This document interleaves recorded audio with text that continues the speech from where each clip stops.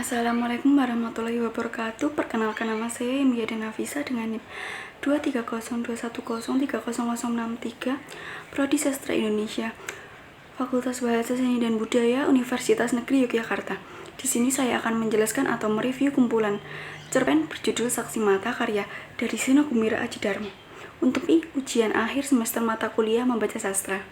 Pertama-tama saya akan mereview buku cerpen secara keseluruhan. Kumpulan cerpen yang berjudul Saksi Mata merupakan karya dari Seno Gumira Aji Darmo. Buku ini pertama kali diterbitkan oleh Benteng Pustaka pada tahun 1994. Akan tetapi, pada cetakan pertama buku ini diterbitkan pada tahun 2021.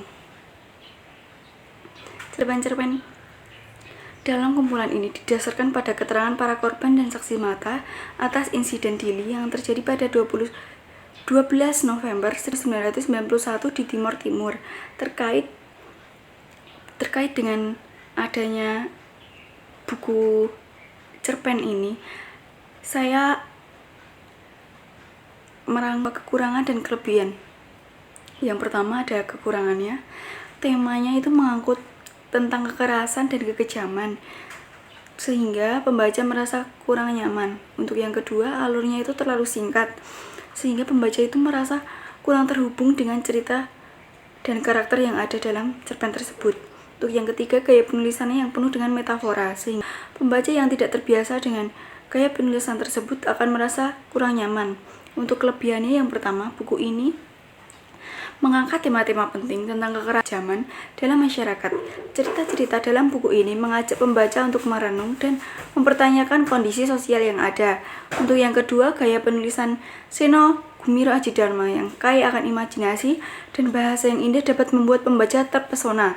Ia mampu menggambarkan suasana dan emosi dengan sangat kuat melalui kata-katanya. Umurku 5 tahun ketika penyerbuan itu terjadi. Ku dengar ledakan berdentum-dentum dari arah pelabuhan dan asap membumbung dari balik atap-atap rumah. Di depan rumah, aku melihat orang-orang berlarian kian kemari dengan panik. Kapal-kapal perang menembak. Ku dengar seorang berteriak sambil berlari. Suasana itu tak akan pernah kulupakan selama hidupku, karena sejak saat itu terenggutlah perdamaian hidup kami. Aku tak tahu lagi kapan perdamaian yang sebenarnya akan datang ke kota kami.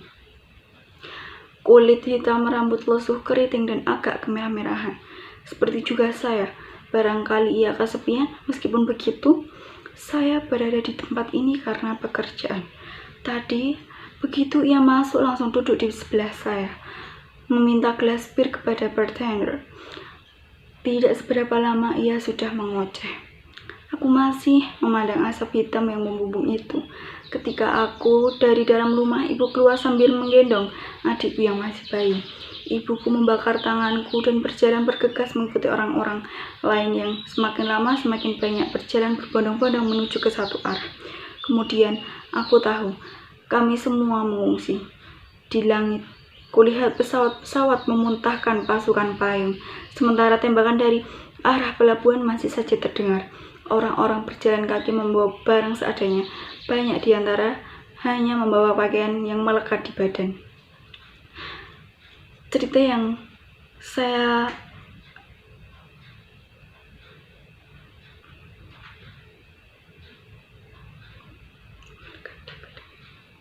cerita barusan adalah kutipan dari cerita Manuel di buku kumpulan cerpen Saksi Mata. Cerita ini terjadi di Jakarta pada 21 Agustus 1992.